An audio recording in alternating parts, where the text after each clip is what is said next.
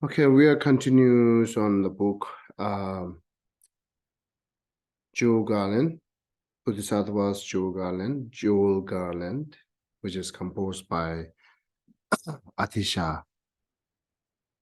So we are on now second stanzas.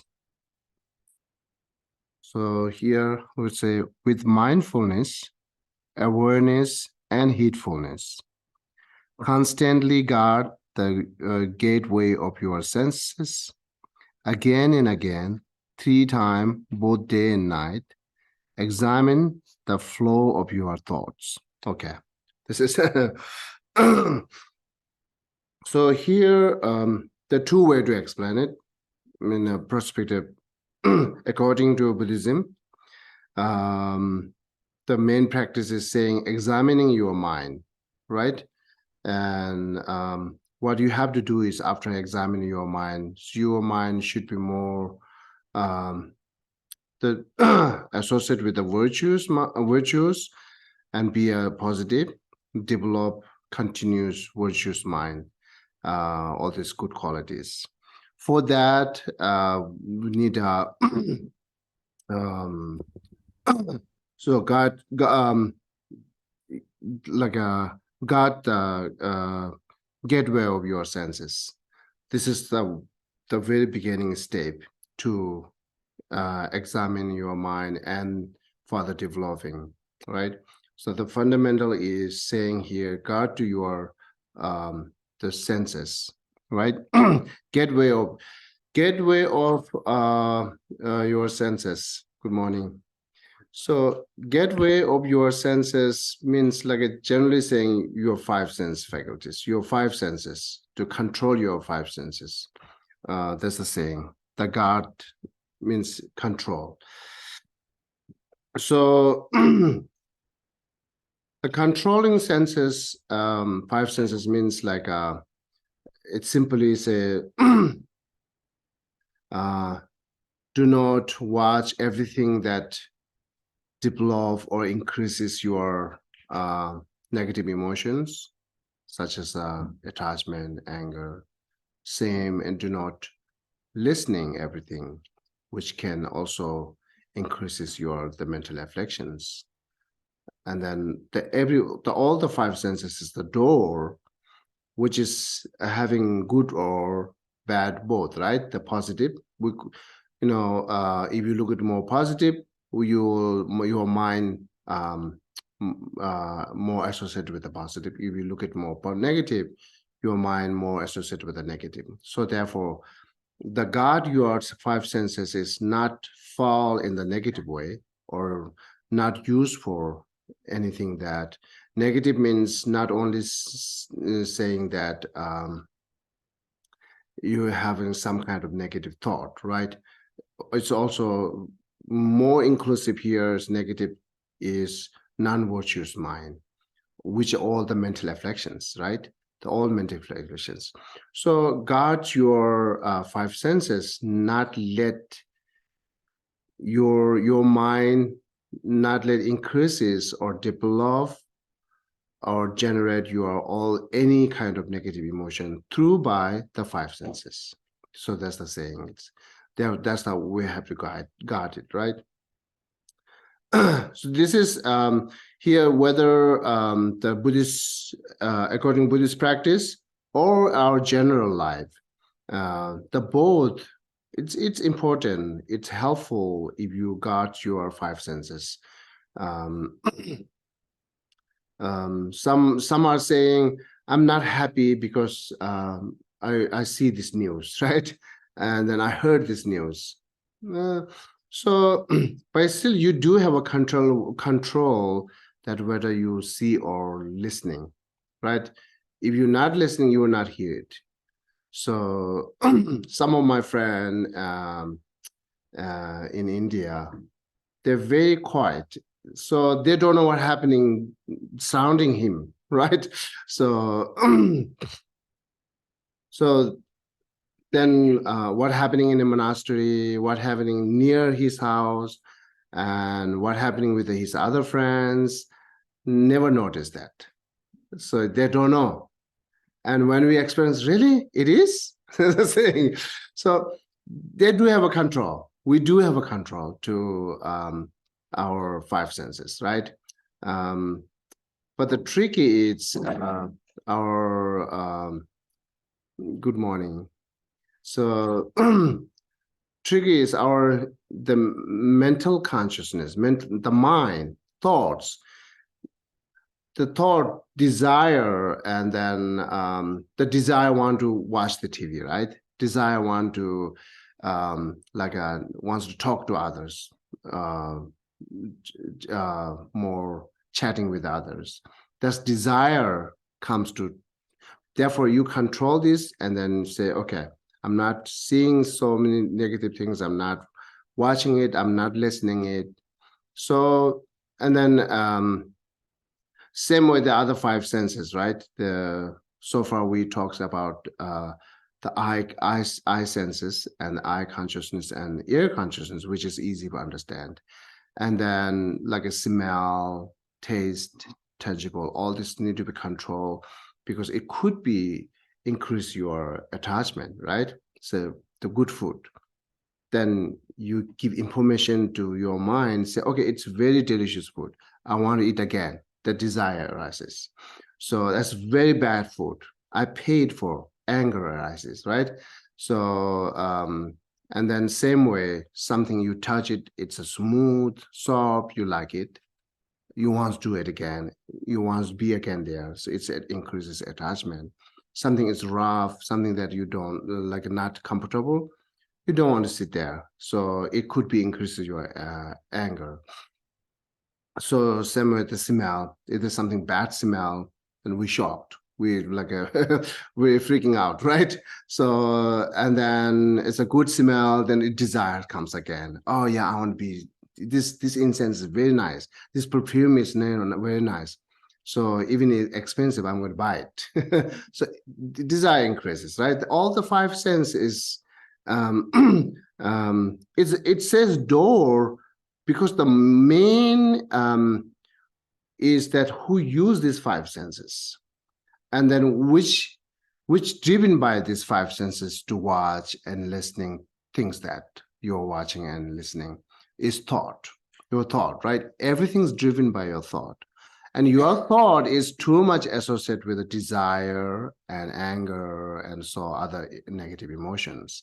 So until it's associated with these negative emotions, that thoughts brings us a lot of misconceptions or misinterpretations or interpretations. Yeah. So and then it leads you to watch and listening and touch and eat all this. The desire let you do this again, and then anger let you stop doing these things, and then or it brings anger through by these five doors. Everything's associated with the thoughts, right? Thought lead it. So once you control your five senses, it's kind of you're protecting your mind to stay away from negative thoughts, stay away from some kind of uncomfortable things. Good morning.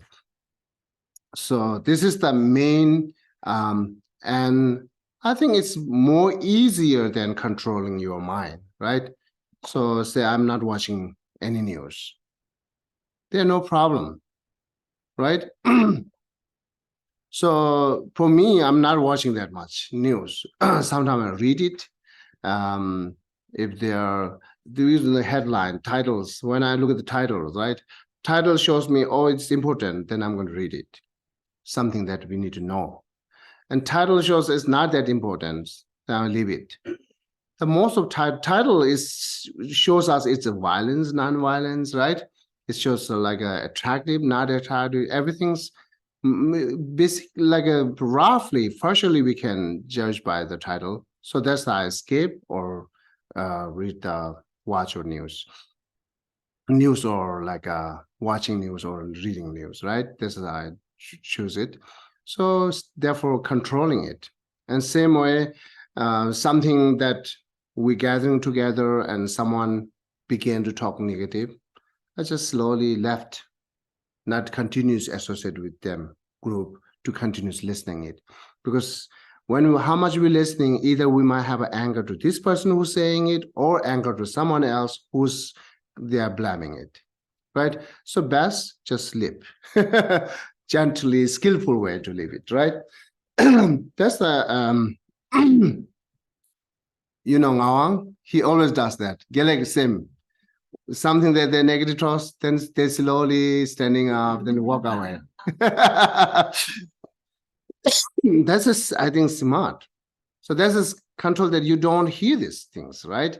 So because once you hear it makes you sad or worry or anger or something emotion arises. And most of the time negative emotion arises. Therefore, just stay away from who talks negative talk lots, and then also stay away from watching these negatives are. So this is how we the beginning to control our mind. So therefore, associated with the Buddhism practice, its morality is fundamental and important part for further developing all these other good qualities, right? So same way here, the morality, most of morality, Pratimoksha vows or whatever vows we talks, right? Especially the Pratimoksha vows or generally morality, it's more, if you like check it more, it's actually telling you the how to control your the verbal actions and physical actions. And that physical actions and verbal actions associated with the five senses, right? So it's actually basically saying how control your five senses. That's just moral ethics. Even if you control your five senses well, then your moral ethics will become better. So this is the saying that with the way beginning, you have to guard the gateway of your senses to examining your mind and develop the positive things. So now understand, right? Constantly guard the gate of your senses. This is important and useful for like a practitioner who wants to achieve nirvana, or useful for a practitioner who wants to peaceful in this life. Both. This is the fundamental. So same things that why most of you are not there. Okay. Do you remember once we need to talk to that event, right? The title is the wisdom of true happiness. Event at New York. Event, right? Title said wisdom of true happiness, right? Do you remember what I said? It wisdom of true happiness. You wasn't there, I know, yeah. Do you remember? You're busy with that. So what I said, wisdom of true happiness is understanding fault is fault and acknowledging your mistake is wisdom of true happiness. Because I'm just go with the fundamental, right? The true happiness is, again, they're not fixed the one way. The true happiness has a many different way to look at, right? So general people or each of us, when we ask you true happiness, you have your own perspective to look at what is true happiness, right? And then like a tenet system or like other religions and like a scientist, everyone has a different way to look at the true happiness. There are no one way to fix it, the true happiness, right? But whatever true happiness means to you, the common fundamental is to understanding the fault is fault and acknowledging your mistake. It's common for every true happiness. So no matter what your true happiness is, as you have this, then it brings you whatever your true happiness. right? So therefore, I see this is the very fundamental, basic for developing every good qualities and positive and peace and happiness in life. So once you understand and acknowledge your own mistake, it brings you moral ethics. Until then, there are no way, almost impossible, you can have moral ethics. Because you do not see the moral ethics means like something that good, right? The good. So if you do not see the wrong and mistaken and fault, how you can develop the good things, right? And if you not acknowledging your own mistake, then how it can be a moral ethics? Because you accepting, I have to do this, even it's mistake and wrong, or you are continuously wants to do that, right? So then you're like a more towards to the negative, and that person, it's impossible can develop the moral ethics. Do you see these connections, right? It's impossible. So therefore, the acknowledging your mistake is the very fundamental. And this is the same way here saying, guard your five senses, right? And then this is the most difficult part for us. When practitioner look at, it's not difficult. When holy person look at, it's very difficult to acknowledging your mistake, accepting your mistake, right? It's very difficult. So, but it's when you like carefully think it, it's not that much difficult. Only the maybe little things there stuck that that cannot escape. Maybe your ego, right? So you're not accepting your faults. Maybe your ignorance. You're not, or maybe your desire to having better reputations, or your fear for losing your reputations, therefore you're not accepting that your own faults, right? That's happening a lot in our daily life, right? So this is actually, I think, that is wisdom of true happiness. It's a very the fundamental common for every like a perspective of true happiness. Uh-huh. I think it's really hard for people to say they're sorry, but once you do, you know, people are pretty receptive to that, and I don't even talk about. That's very true. Very true to say. Difficult to say sorry. Yeah, yeah. Uh-huh. Uh-huh. Yeah, yeah. It's difficult to comes from here because it comes here, you're solving, it comes here, you're solving, right? Why I need to say it? And if I say it, people looks at me like I'm silly. If I say it, then I'm becoming more weakness, like so on, so on, so on. You have a lot of explanation to not saying sorry, but you do not have any explanation to good to say sorry, you know? So this is very much depend on your knowledge and education to understanding good say sorry, to more finding reasoning to good to say sorry, right? And then Shantideva said in his text, it's just word, right? It's not harms anything, just say sorry, right? Done. So anyhow, but yeah, it is not that simple way I'm saying it in our daily life. So, but there's repeatedly saying that this is the fundamental to acknowledging your mistake. But it depends on understanding wrong and faults. Faults, right? If you're not understanding faults are, then you cannot acknowledge it. So whatever you're doing, you might not think, oh, I'm doing wrong, right? Because you do not understand what is wrong and right that much.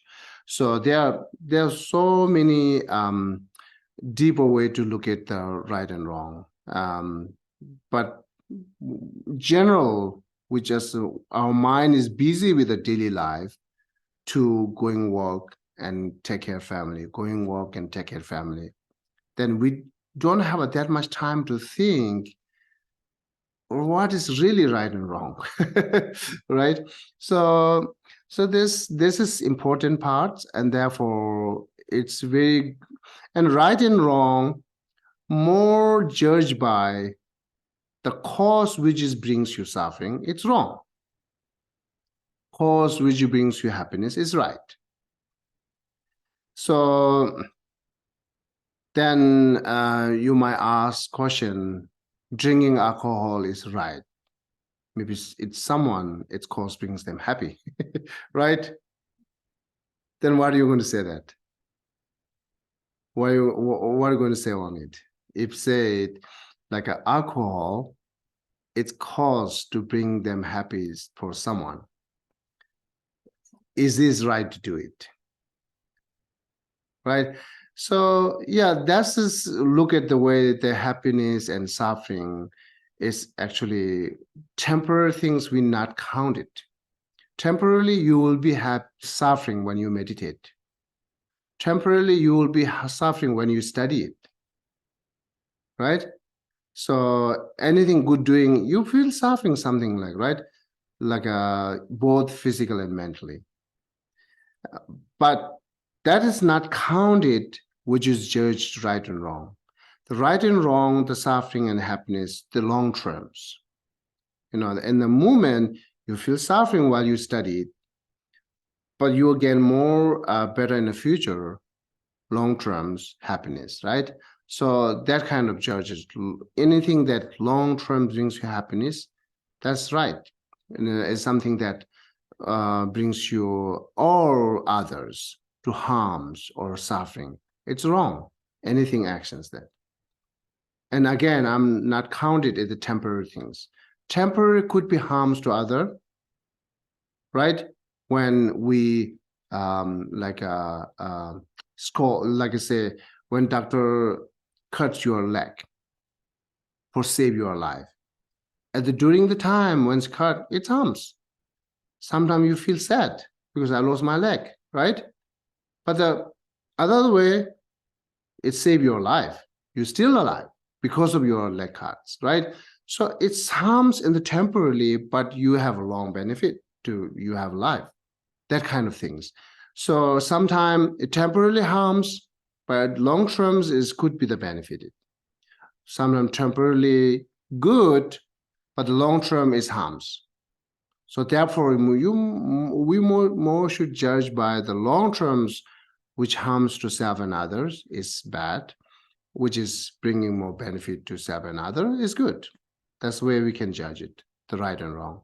Based then, we can learn what is really brings us long-term benefit, what is really harms us long terms, which understand time by time through by your experience, knowledge, everything, and whatever you knows, then acknowledging it, accepting it.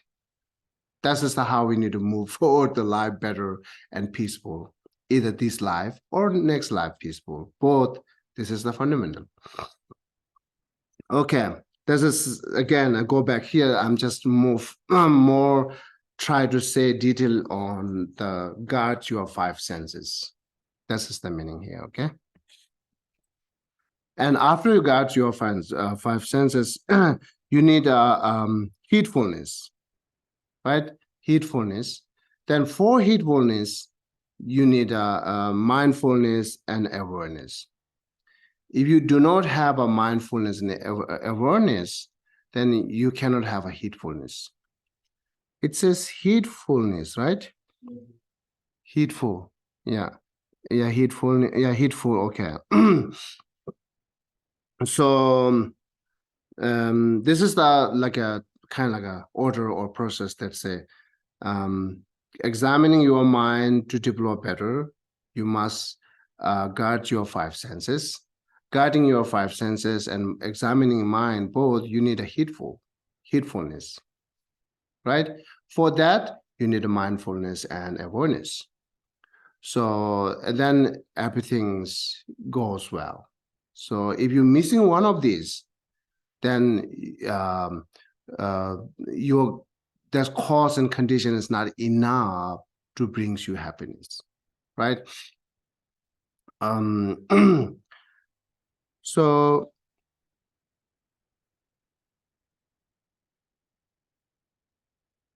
therefore, it's saying here in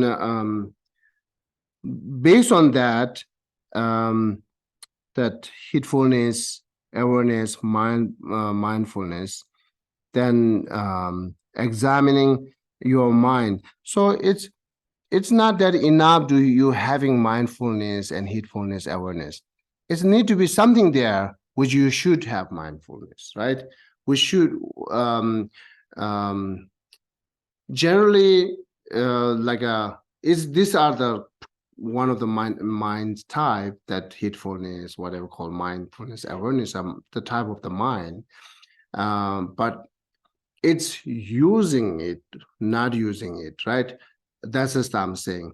If we use it for the positive, that regarding you need to know the positive. That's depend on way beginning saying this text. Clear your doubt, to study more, to understand regarding that, and let overcome by laziness.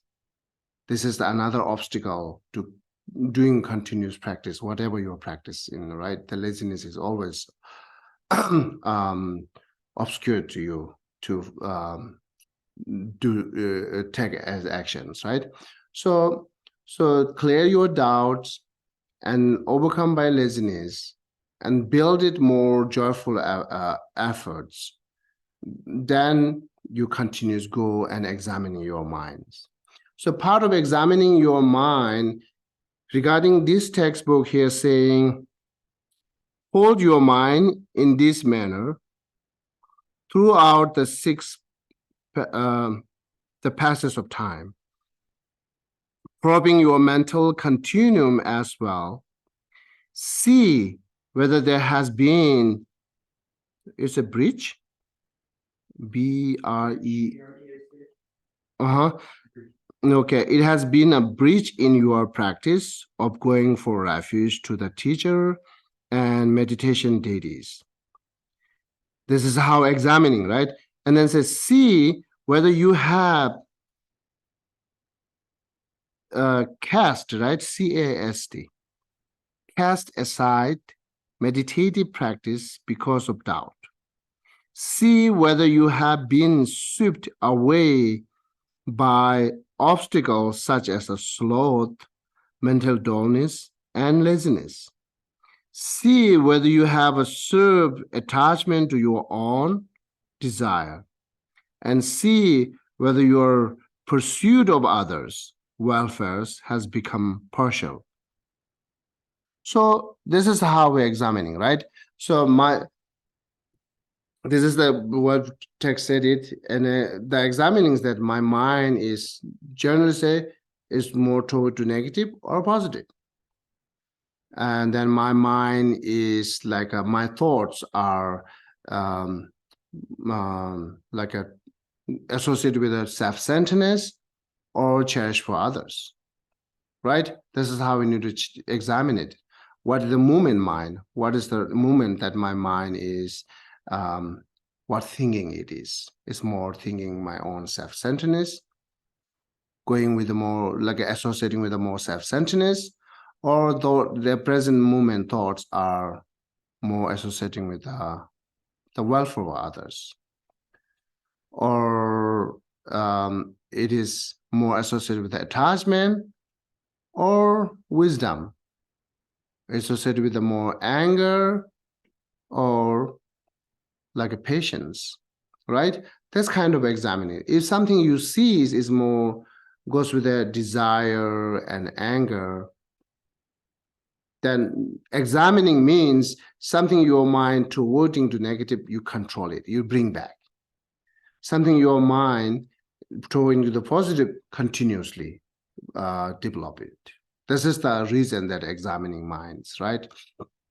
So, and then the here textbook, the two part of saying the examining mind, right? Both the general conventional way to examine it, and then ultimate way to examining it. The conventional way examining mind, as which is here, I just read it and mentioning that my mind is towarding negative or positive. This is the more examining it, right? This is conventional way to examine it. And then the ultimate way to examining is that mind is the like a what was saying, the past mind is not exit yet. The past tense, past, not exit yet, not exit, right? Not exit. And future mind is not get yet. You understand? Right? And then present mind is, when we look at the mind, it has to be either past or future. They are not really present mind. Then they are actually not ultimate mind there. This is the how we want to examine in different way to thinking the reality of the minds. One, you are examining how mind functioning. Another way examining what is reality of the mind. The both way to examine it, to understand actually the mind, to combine with the both method and wisdom, and then develop your the positive qualities, right, good qualities. So the part of the wisdom that which is you examining what is the reality of minds. The part of the method you are examining how mind is functioning it, right? How which is associating with what at the present. That something that you have to control, you can control it. You have to control it. Something that you continues to develop, you have to continues to develop. So after you examine it. So the both way to examining the mind and understanding clear that reality of mind and how functioning the mind, and then control your mind through by heedfulness with mindfulness and awareness, right? Based on guard your five senses. This is the generally talking here, the meaning of this. And it says not just one time, two times, it's again and again, 3 times, both day and night.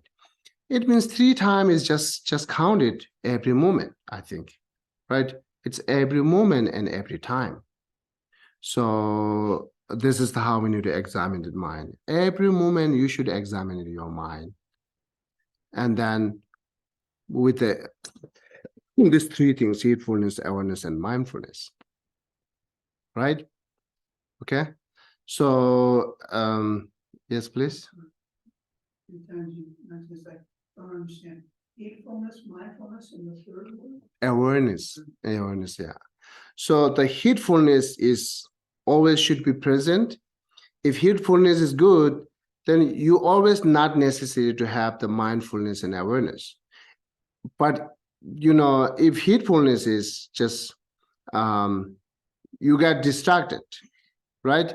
And then not really in the present heedfulness there, then you need to mindfulness and awareness. The awareness is kind of a vigilance, conscientiousness that you are watching my mind is on heedfulness or not, right? And then mindfulness continues remind you that, okay, this is, I should be more heedfulness, right? What is heedfulness, the other terms? It's a careful? Yes. Yeah, okay. So yeah, they just basically say careful, right? Like always need to be careful. Every time need to be careful. But these 2 tools, mindfulness and awareness or vigilance, needed for continuous care for yourself. If you're losing one of these, you will not care for yourself. Once you not care for yourself, you cannot examine your mind. If you cannot do that, you cannot develop any good qualities in others, right? This is the process. Cause, condition, cause, condition, cause, condition. I mean, like cause and result and cause and result, right? The previous are cause. Once the cause have their results comes, right? So the first cause is guard your five senses.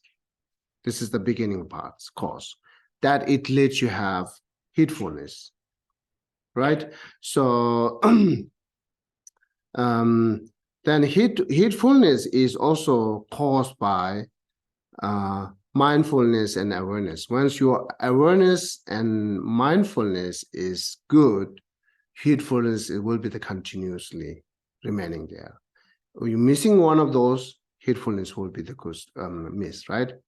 That once you have a heedfulness, then you can examining your mind and develop good further. So see the cause, condition, cause and effect. So this is the cause and effect, which is talking here. It's you have to, right now you are just listening, seeing that, okay, they're saying it is cause, they're saying it is result. But what you need to do is go back your home after you study it, then again examine it. It's really cause. How come it's cause? And always like a check in your daily life, right? When I miss these two cause, mindfulness and awareness, am I missing the heedfulness? If so, then I must need to having heedfulness. When I'm missing the heedfulness, am I missing the developing good qualities? Right? If so, then you must, you have to conform it is instead of accept easily. Conformed it, right? So then accept it. Right now, you just study, right?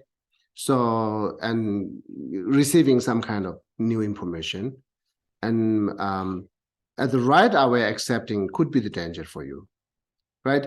Not accept it. Take as is information, go back, examining again, conformed it. It's right or wrong. If it is, once you conformed it, then you have no problem to doing it.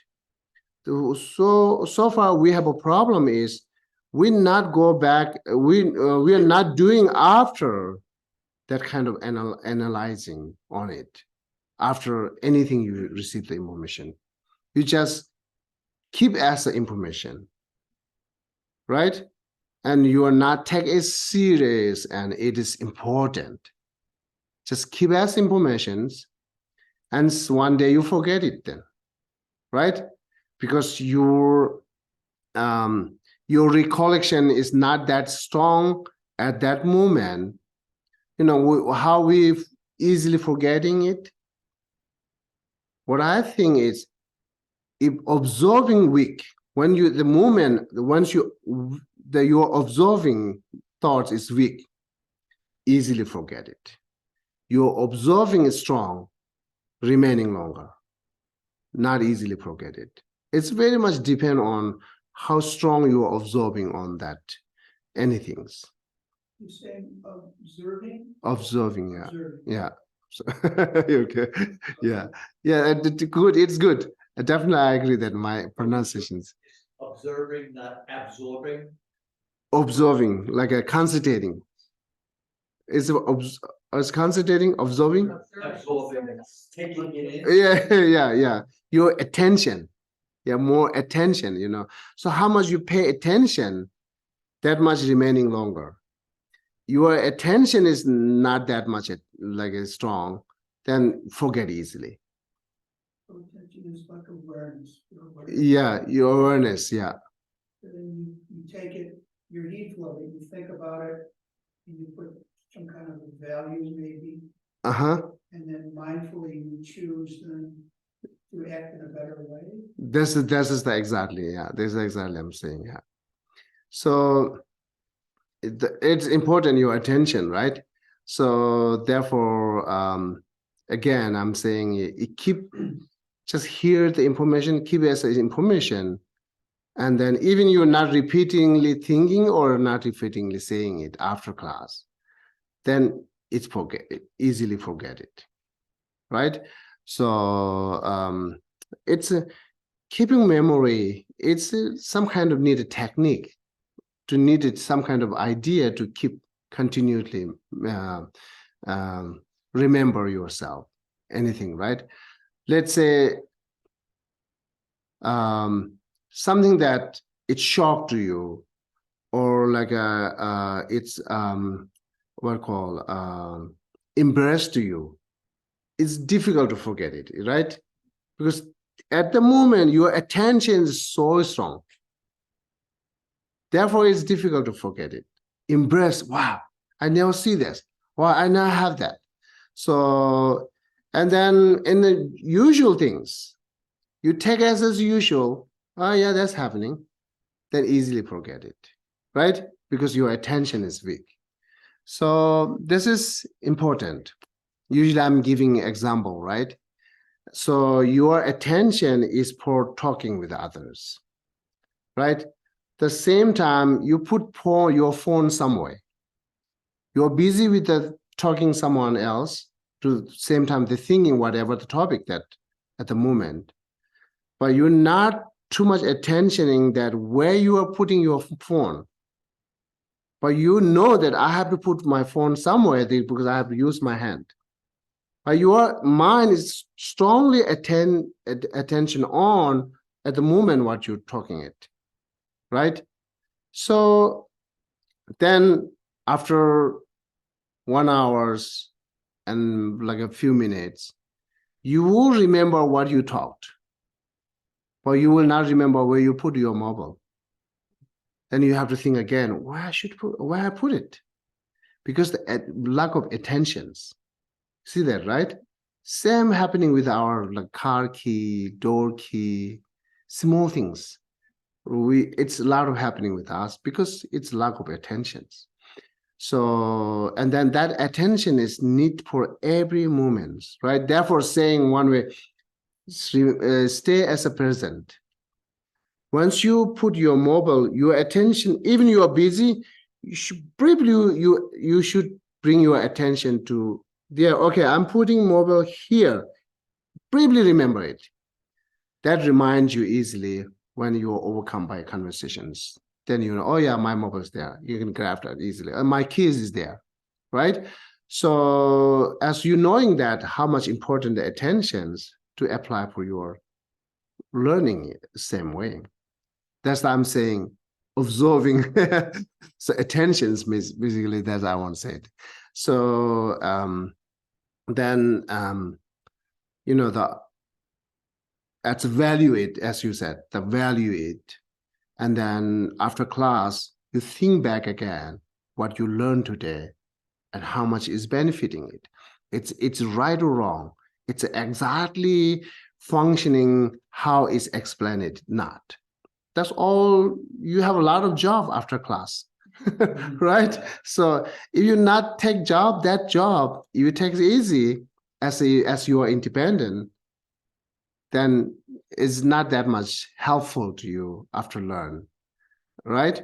So this is important.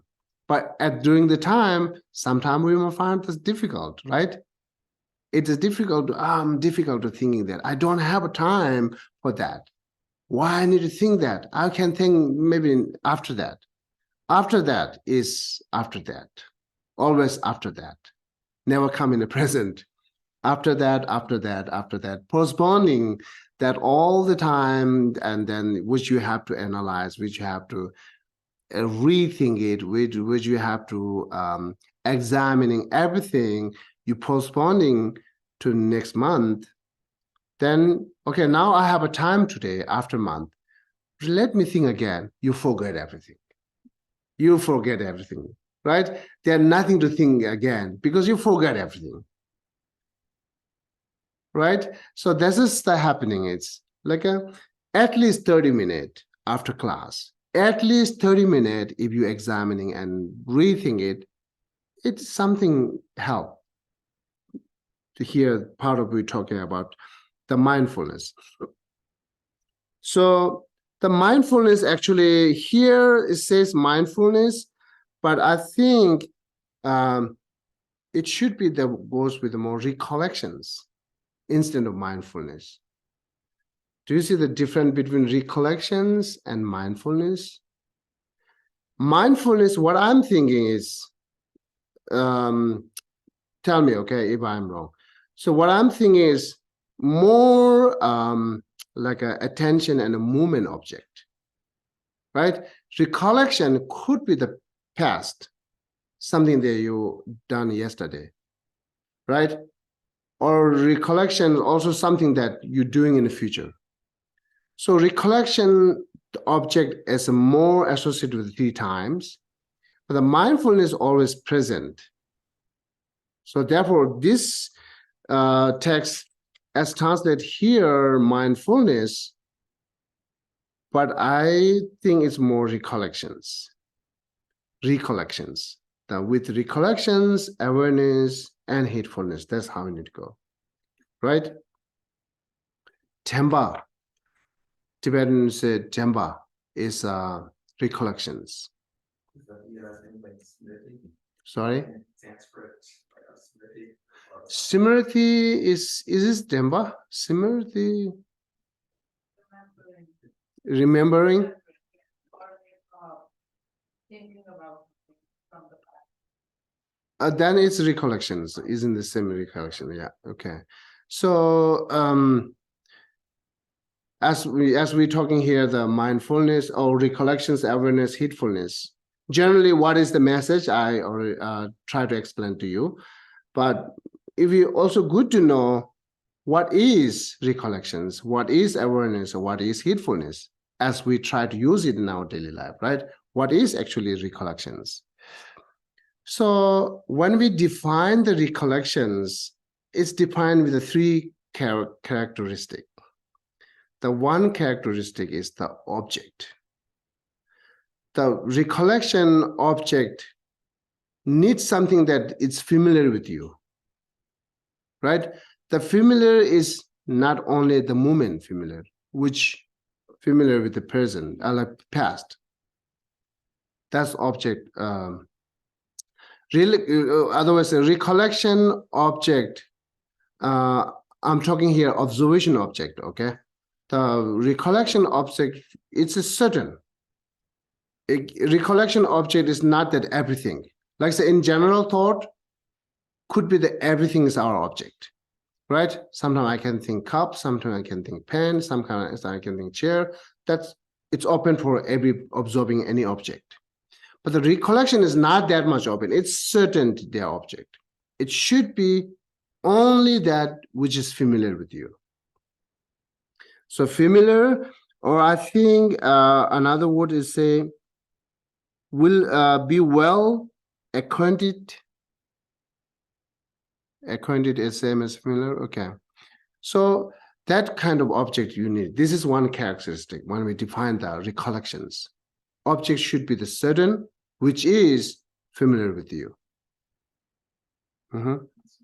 So are you saying recollection is part of mindfulness? Like if you're recollecting a teaching and trying to practice it in the moment instead? Recollection is mindfulness, yes, but mindfulness not necessary to recollections. Therefore, I'm trying to say only different is the observation object. Mindfulness observation object should be the present, that what you're doing, what you're thinking, what that present object, movement object, right? And then recollection object could be the 3 times, refers with 3 times, which is done with the last year, in the past, and which is you doing in the future, and present again. The recollection object could be the 3 times, associated with the 3 times, but the mindfulness only present, I think. This is different between recollection and mindfulness. Mm-hmm. So doing a recollection, I'm thinking of something I've done in the past. Mm-hmm. And I'm thinking about how if I get the same stimulation, I'm going to do it differently in the future, do it better. Mm-hmm. And I'm mindful about that. Then I'm bringing the past and the future kind of into the moment. Past you cannot bring into the moment, but you learn from past. The past. If I were to say, there's no past, there is no future, because you're thinking about it in the moment, Mm-hmm. even though it was something that happened before, Mm-hmm. you're thinking about it in the moment. If you're planning what you want to do better, it hasn't happened yet, you're still thinking about it in the moment. Mm-hmm. So aren't we always, if we're in the moment, whether we're mindful or not, there's only this moment? Yeah, the mindfulness is the moment, yes. So let's say we now discussion, right? And after class, then you might go back home and you rethink it's more, you are using recollections. We talk this, I think this, the recollections, and then using at moment, yes. So but because you remember, right? So someone instructed to you how to meditate. And then if you remember it, which is the past tense, if you remember how to do it, then you don't have to ask again. You continue doing it. So at the doing is movement from reflecting from previous instruction, right? That kind of things, yeah. So this is the one characteristic of the recollections, which is the part of the object. And another characteristic is unforgettable. Unforgettable means if you forget it, then it's not really recollected, right? It's sometimes say, I know, but I forget it. We saying if you forget it, you don't know then. You only remember that you feel that I learned before. You feel that I kind of like know, but you really don't know because you forget it. This is exactly the opposite. Forgetting and knowing is opposite. So something that you forget, you better not say I knows, right? So sometimes the funny things, when one day I talked with someone else, and then we are deep discussion on some kind of serious topic, and the guy saying, it's here, everything, but it's not comes from here. It's here, but he forget it. It means he don't know. He feel that he learned a lot, and having this all information, it's here, but it's not coming here. It's so funny.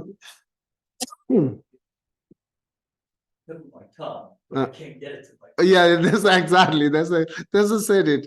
So then since then I always make him joke, So it's here, it's not comes here. Anyhow, again, it's something, forget it, then you don't know. So knowing that a recollection object should be the something that you avoid, so that you something you know it. So therefore needed unforgettable. Either it's present or past, whatever comes in future. Every object you knows that it should be the unforgettable, and not forget it. This is another characteristic of the mind recollections. Object is certain, and plus you should be the not forget it, everything that you remember it. If you forget, you not remember, right? So, and the third characteristic is talking here, unmovable or not distracted. What this really mean is when you think form, you're not thinking sound, right? When you think physic form, like say something that you can okay, simple. When you think white, right? And at the moment, if your mind move to think red, then you are not really thinking white, right? So recollection needed stay with it, not moved it, not distracted by anything. That's the recollections without characteristics. With the mind, has these three kind of characteristics. That's what we call recollections. This is how define and definition of recollections. Is clear? The object should be certain which is familiar with you, either past or present or future. And then it should be the not forget it, that object, and also not distracted by another object. At whatever your recollection at the moment to thinking. I don't know, this is not really familiar in the West, that conceptual thought, how functioning conceptual thought, right? It's not really familiar here. It's happening in our daily life, the conceptual thought.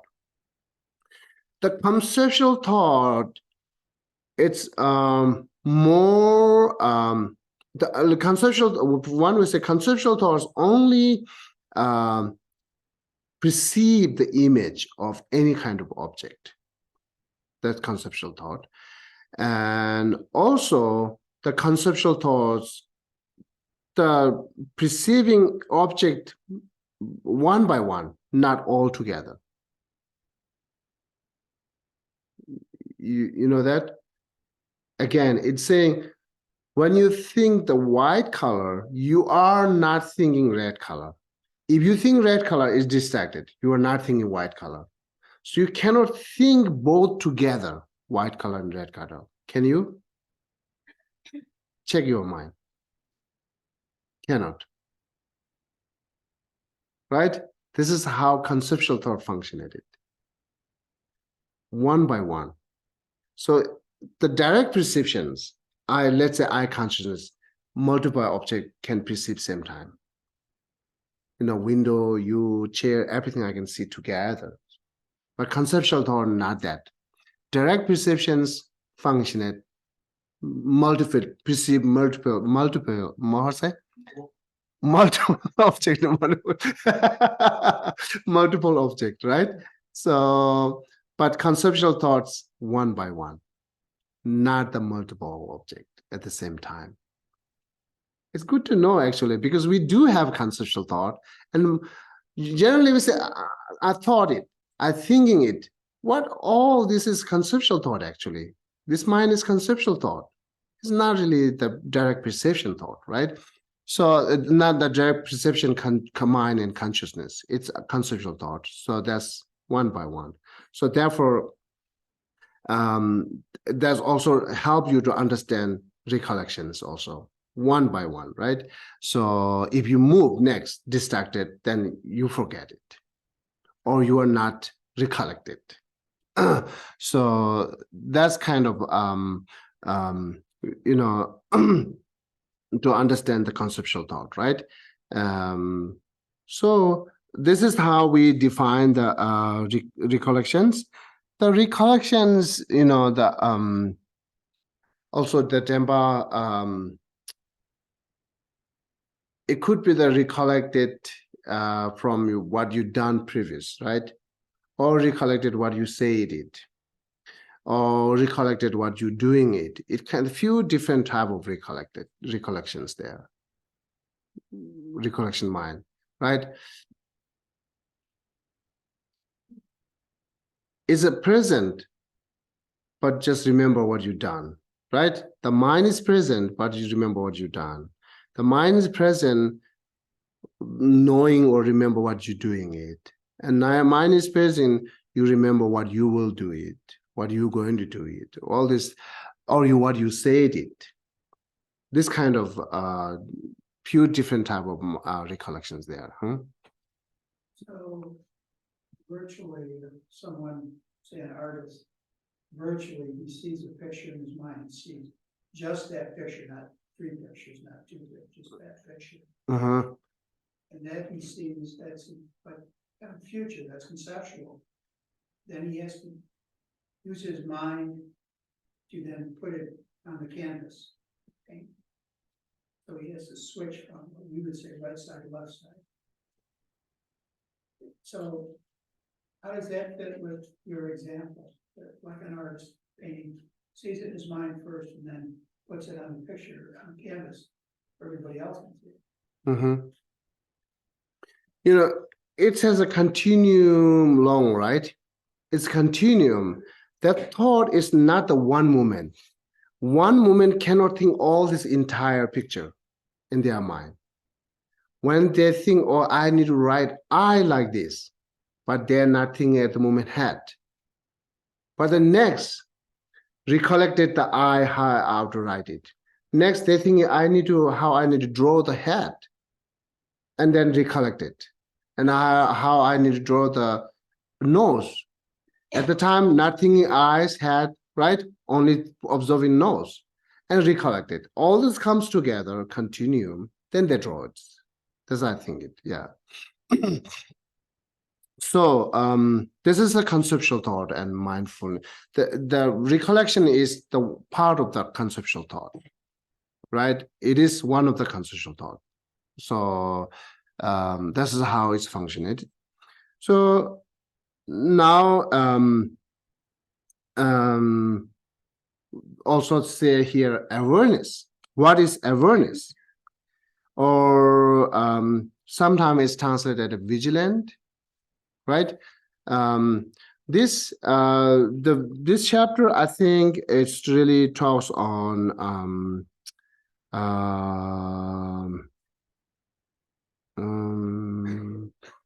the Shantideva text, the chapter third, fourth, the fifth chapter. The fifth chapter talks about the recollections and vigilance. The fourth chapter talks about the heedfulness, the conscientiousness. If you need more understanding, need more detail, knowing by details, you can go this, the fourth chapter and fifth chapter. Last time I request you to read it, right? So before you come to class, you read this fourth chapter and fifth chapter. So it will help you. So this is the, if you go back to look at that, it talks you both what is it and how to function it and how to use it and what really you have to develop. So talks in the both chapter, the fourth and fifth, right? Yeah, I think yes, it is. So now vigilance or like awareness is kind of like a we say session, everything you're doing by knowing it. The vigilance. Vigilant could be in general, say in Tibetan word, the session. Session means again, whatever you're doing by knowing it. It's not just doing like a close eyes. So whatever you're doing, it's just observing and attentioning and knowing at the moment, whatever you're doing it. That's the sessions, right? Session. And then this is one of the virtues, mind. Recollections, I cannot say is completely virtue mind. It goes with the both non-virtues and virtues, recollection, right? So you can recollect it associated with the non-virtues. But the vigilance, it's the virtue minds because it's a more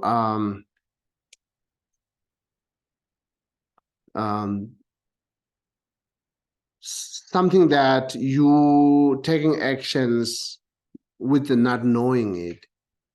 Actually, isn't that we call ignorance, right? Ignorance.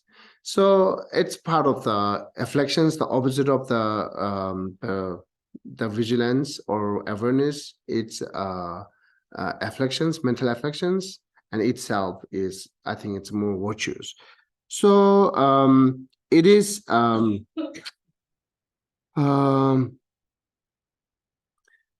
it is kind of like a watching your mind. That part of the mind is keep watching your principal mind, your principal thoughts.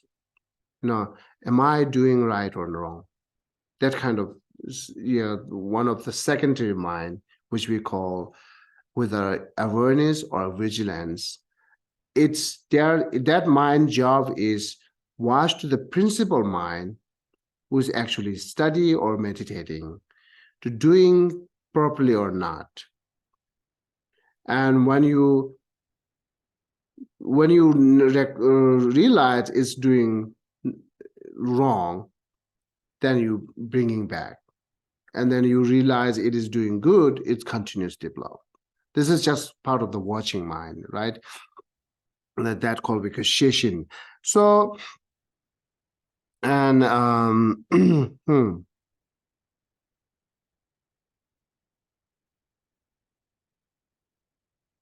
it's part of the also part of the wisdom. Yeah. So to put everything in perspective, the intention, I'm guessing, is becoming a bodhisattva. And what we're emphasizing now is doing the right thing with the mind to get to that goal. Mm-hmm. Basically, mindfulness. It's not just, we're not just talking the concept of how the brain works, we can talk about philosophy or science. What we're doing right now is to see how they, using the mind is a tool, a mechanism with the goal of becoming a bodhisattva. Yeah, you can take that way as Not example. become a scientist or whatever, it's the whole. You mean the visualize, the vigilance awareness means? Why are we emphasizing mindfulness, heedfulness? Why? Because in doing that, we enhance our ability to become bodhisattvas. The part of the awareness, vigilant, I can also say it's also not necessarily only the bodhisattva's path, also the science could be needed, the both recollections and yeah. Here is Yeah. bodhisattva. Here is more like it refers to the Buddhism, bodhisattvas, bodhicitta, right? Yeah, it is. Yeah, it is. So, but in generally, this two mind is important in anything that recollection and vigilance, everything's right. But when it's part of the heedfulness, then I can say it's only positive, right? So, but here, let me finish about the part of the vigilance or awareness. It's more like watching your mind doing good or wrong, or like it's get distracted or not distracted, that kind of things. It's not called examining it, just watching, what called spies? Spying on it. Yeah, it's not examining, right? It's different. Examining and spying is different, right? So it's just spying, it's just watching. Is it going or not? That is just distracted, then realizing it's distracted, then you stop. Oh, do it back again, meditating on so on, right? So that is the mind we call the awareness or vigilance here. It's also very useful. But as far as your recollection is strong, maybe most of the time you don't need that vigilance as your recollection. You remember continuously. Say, sometime when we focus on the breath, we distracted easily, right? But because you're not continuously remember that my object is breath. You're focusing on breath, yes, it is. But same time, you have to remember briefly and briefly again and again that my object is breath. If you continuously think my object is breath, then your mind stay with the breath. But if you're not recollected it, if you're not mindfulness on it, just thinking breath, then easily get distracted. You see the difference, right?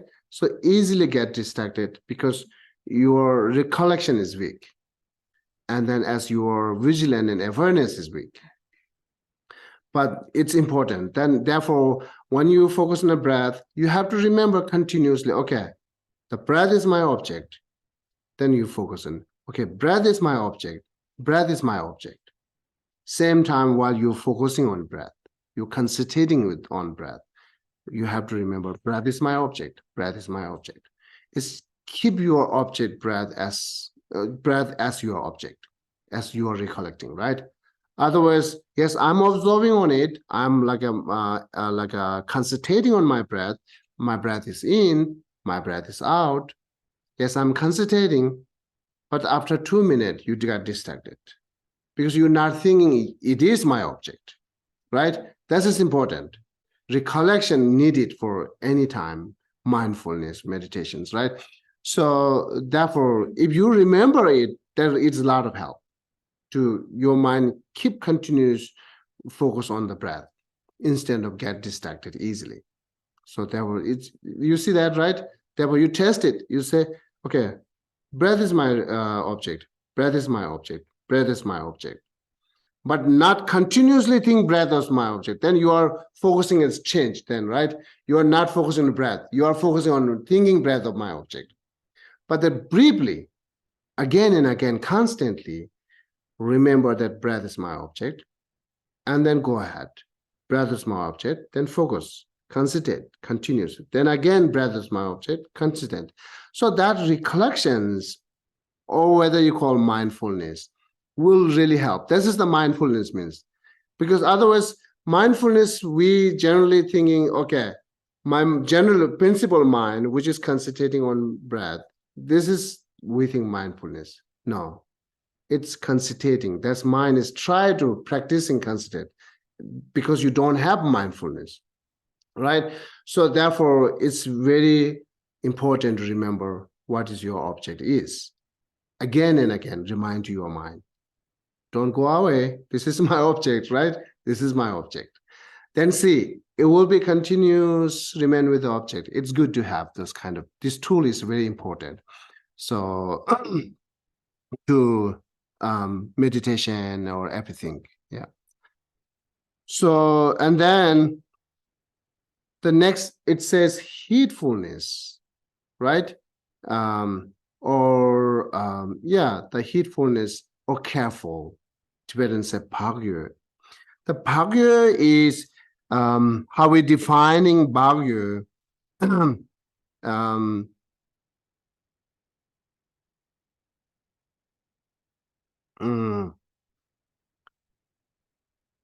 This careful is not refers to the every careful things. The Bhagyo, the word Bhagyo, or heedfulness here as translated. This is not saying everything that you have to careful, right? Something you do wrong, you need to be careful. Something you do negative, you are carefuling on it. So that careful is not counted Bhagyo or heedful here. Because that heedful shouldn't be associated with the attachment, ignorance, or hatred. It should associate with none of those. It's caused by not attachment. It's caused by not hatred and not ignorance.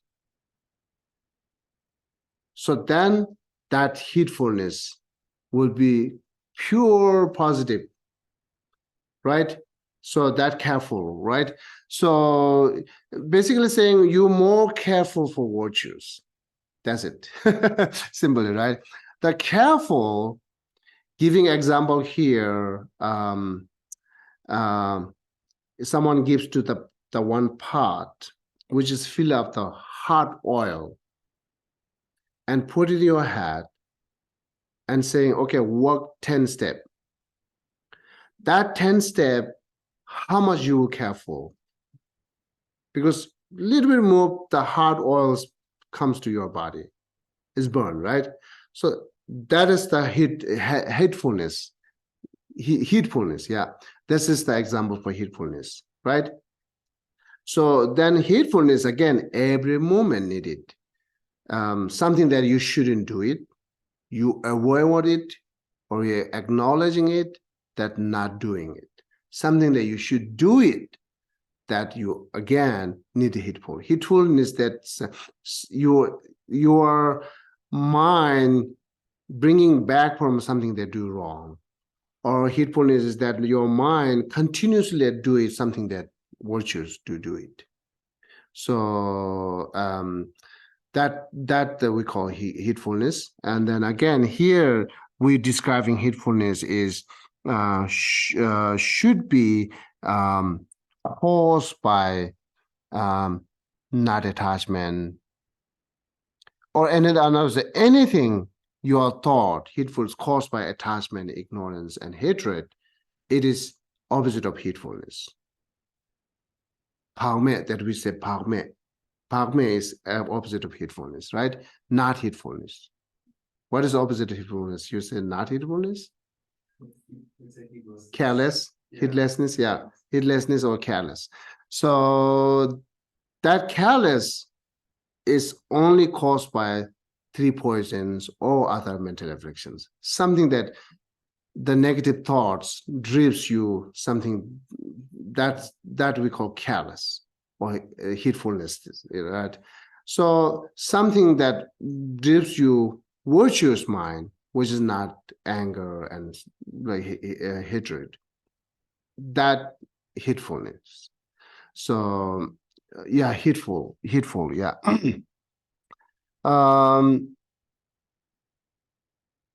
And it's also good to know that the harmony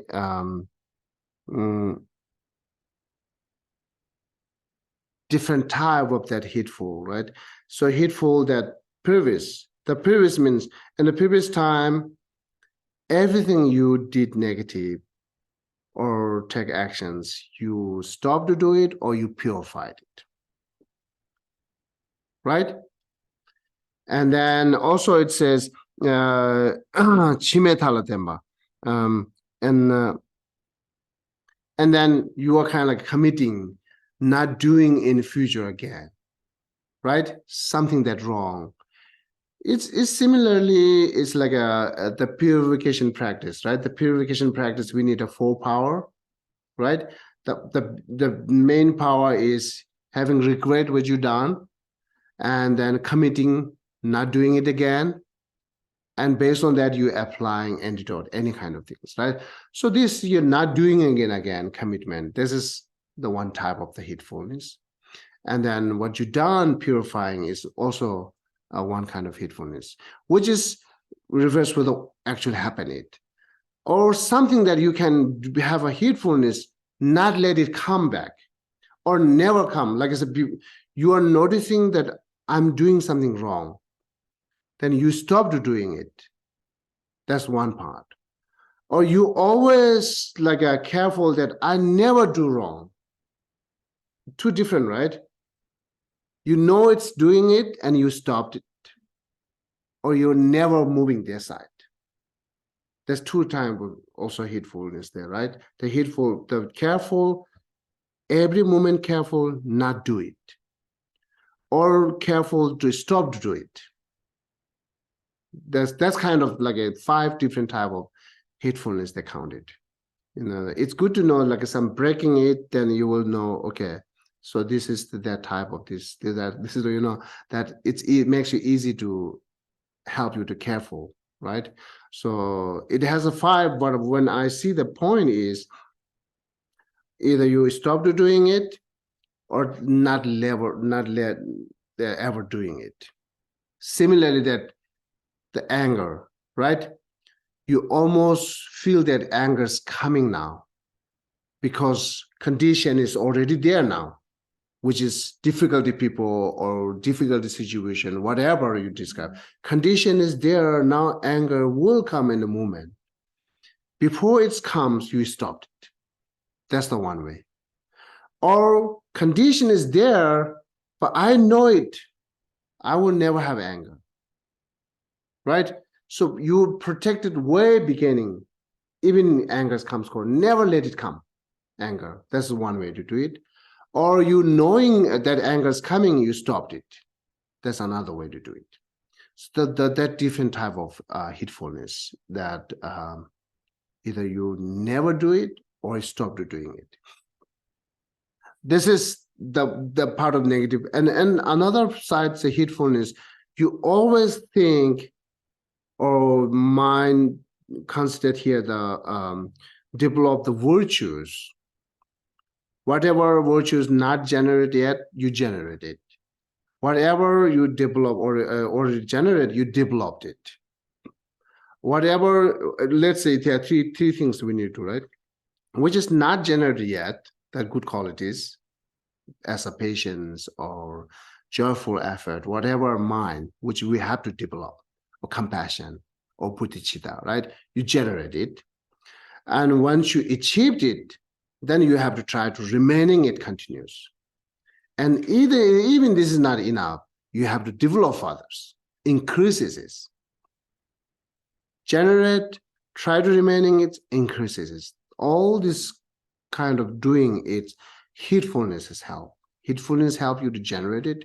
Heedfulness help you to remaining it continuous. Heedfulness help you to increase it continuous. This is how we need to do it, right? So, okay. But anyhow, the mind protect from doing wrong and continuously develop the good things that the what obstacle obscure to you, the mind falls in the negatives, right? It's like say all this we counted the sleepiness and slothfulness and distractions, laziness, and then careless, and then also shameless, and then not concerning other, and forgetful, and lack of having vigilance. Those are actually, once you have your mind associated with one of these, always get wrong, right? And then as well, you have to develop further, you have to stay away from those things. And then brief way these things, the recollections, awareness, heedfulness is very useful. Your goal is nirvana, it's very useful. Your goal is this life peaceful, is really useful. Your goal is establishing something good job, it's very useful. So it's useful for every time, everything. Okay, so yeah, this is our today's topic. And any question or discussion or suggestion, welcome. Richard has one question. Yeah, what he asked. If you can mute yourself. Hello, can you hear me? Yes. Okay. I think you already answered the question I had, but it'd be worth maybe summarizing or elaborating some more. The idea that the mind can only think of one thing at a time, conceptually. So you can only have one conceptual thought, made me think, oh, well, how can I have mindfulness and vigilance at the same time? And then you answered that. You said, well, if you momentarily think, oh, I've lost my concentration, that's just for a moment you think that, and then you bring your mind back to concentrating on what you choose, maybe virtue. But I'm just wondering, so we're really moving for just a 64th of a second, or a very short time. We're moving our mind from one conceptual thought, which might be concentration, to a second conceptual thought, which might be vigilance, or it might be mindfulness, right? And yet it seems to us that we're thinking both at once, because they happen so quickly, we perceive them as two simultaneous conceptual thoughts. I'm just wondering if you'd like to give us more instruction on how we move from concentration to vigilance, or from concentration to mindfulness. And a second part of that question is, to me, mindfulness and vigilance seem very similar, almost like they're part of the same activity. But clearly you identify them as separately, and you very clearly define them. But when we're actually practicing in meditation, or in just being mindful of our positive and negative, virtuous and non-virtuous doors of the senses, it seems like they're all happening at once, and yet you clearly stated they're conceptual thought. We're only capable of one conceptual thought at a time, like the color white or the color red. And how does that affect us with our mindfulness, our heedfulness, and our vigilance? So it's just a general question. Thank you. It's just very quick happening, is right? When you use the vigilance, and recollection is there, because the both are keeping object, which is not forget. Vigilant is like just watching it, or doing right or wrong. Yeah, vigilance not really counted the mind recollection, but at the moment, the recollection is like I stopped it. When you watch, right, the mind is doing good or not. But when you stop the vigilance, recollections come back. This is how it goes. And then further more detail, if you need how to apply for this, the practice, if you have a book of Kadamba, which we, our book, that chapter. So look at the last part called Sangha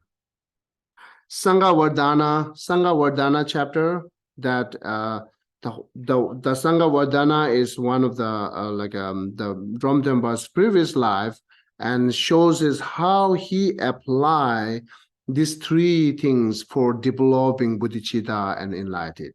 So that if you read that, you will know with his biography and his story.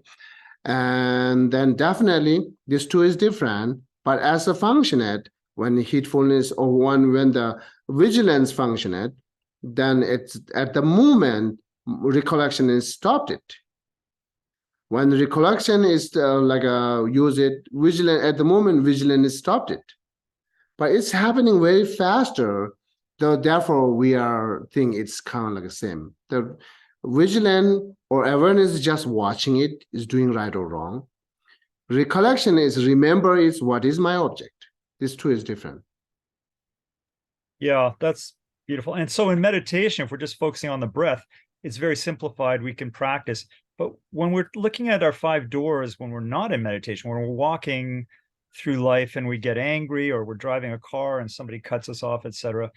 So how would you recommend we train in that? Would we like take 10 minutes and say, okay, let's really observe our vigilance and our recollection and our awareness and mindfulness, and let's really observe it and maybe keep a journal, or how would we start to develop the ability to keep these things, watching our virtuous and non-virtuous doors outside of meditation when we're in real life? What's a good teaching, or what's a good practice we could use to develop our ability to do that?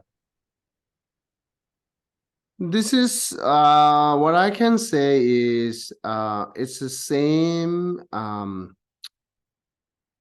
the practice that every morning you motivate it strongly. You know, that same practice usually I say, if you want to reduce your anger or hatred, every morning before you go job or outside of your house, just strongly motivated that whatever conditions, circumstances happening with me today, I try not have anger. I try not have anger again and again, every day. And then after months, it will a little bit change. You will notice it. But the day by day, you will not notice that you change it. So because almost similar that you reacted, even you committed or you motivated, but you reacted. So same way that every morning that this two is important, and then I have to recollect it. I have to recollect it. So then today I'm going outside or whatever, I'm being mindfulness. I'm being mindfulness. That's kind of motivated and committed every morning before you begin any actions or activities in your daily life.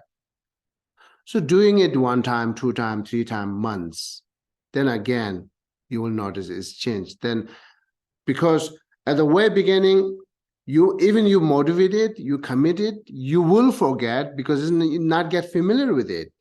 That I have to be have mindfulness, right? So then you will do exactly what you're doing, and usually the first day, never change it, right? You will do exactly what you're doing because your habit is so strong that not just 1 time motivation is not change with it. So motivate it every day. Then 10 days, let's see, might be a little bit change, but if you do properly, right? So strongly motivated, sincerely motivated, not just motivated, oh, I have to do that. No, you are sincerely, this is important. I'm being mindfulness. Then strongly, I'm being mindfulness, anything, any situation, any circumstances today within 24 hours, right? Then go in a community or wherever you go, that even not that much strongly remember you that you have to be mindfulness the moment, but at least it reminds you, oh yeah, I have to be mindfulness. I have to be mindfulness. It's beginning remind you now. The first day never reminds you. It possible remind you, but almost take as not remind you. But after 10 days, it remind you, oh yeah, I have to be mindfulness. Even you are not doing mindfulness, I have to be mindfulness. This is good sign that you're moving forward. Then after months, then you can do it. That's I think it. Oh, yeah, very good. Thank you. Very difficult, but Yeah, thank of you. course, Yeah, we no try. We question. try. Difficult, yes. Yeah, we try. Thank you, sir. And again, I can recommend it. Read the Chandideva chapter 4th and 5th. Understand these three type of minds, which is useful in our daily life. Read it. It gives you more details how to even include it there, how to do practice. Yeah. Oh, yeah. Thank you very much. Okay. Any other question? Yeah, please go ahead. Yeah, I guess another question about like the not being able to recollect, multiple things at once, like focus on a single thing. In terms of like, because when you try to do that, the things that we're recollecting, obviously they're all composed of parts, and these parts are, multiple. So for example, like a common thing is for example, in text is like, for visualizing the image of the Buddha. The Buddha, he is wearing his robe, Geshe, he has, the arms full, Nidra. But how do we actually create a detailed, image of that All together? All together, yeah, it seems like we're only be able to visualize, only the arms full, only the legs, or only this Geshe and that. How do we get the whole image there? Well, Same as you putting puzzle together. It's puzzle, right? It's just skirt it. Now put it together and the same image comes. Also, you can use as computer. When we download the file, even we same time download 3 files, but it's download one by one, isn't it? Once it download in the screen, everything's there. Same our mind is computer. You have to download one by one. First face, make clear, then body, make clear, then leg, make clear, and then other details, make clear. Then everything is downloaded in your mind. Then you can see all together clearly. Right? Our mind is same as computer. Yeah. Okay. This is the first time I've been here. So thank you very much. Oh, you're welcome. Welcome. You're very welcome. I would like to know the text that you're recommending, that you're teaching us from, so I could actually next time. Okay. read those chapters. Okay. So it's called the Book of Kadam. Kadam, right? Book of Kadam. Yeah. Yeah. Yeah. So the fully it's like a beginning is the root text, which we're using here. And then other like a dialogues are the commentary of that root text.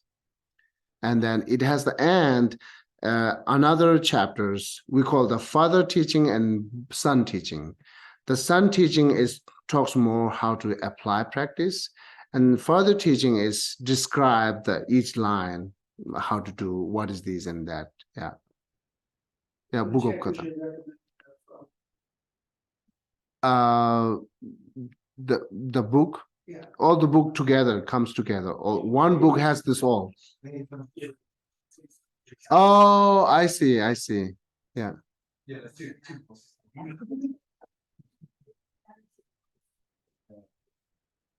Is there something written down outside the brochure or something? We don't have Chapel. He can give, or one of you can give it. Yeah, If it's on the website. it is now. Yeah. Sort of there, but sort of.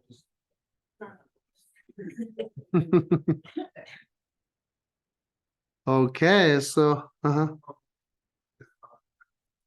noticed in the commentary on the book that was a lot of it seems like content instructions and whatnot. Just yeah, this chapter, yes, the part of the method, we have to a lot of visualizing deities there. Yeah. The part of the wisdom, the thinking mind, emptiness of mind and combining it. Yeah. The visualizing part, is that something that anyone can practice, or do you need, like, you know, sort of? You can escape that. Yeah. Yeah. Instead of there more here, say heedfulness, develop more mindfulness, awareness, and heedfulness. Yeah. And examining your mind. And then actually really practices guide to our gateway of door senses. This is every day we need. Yeah. Okay, thank you so much.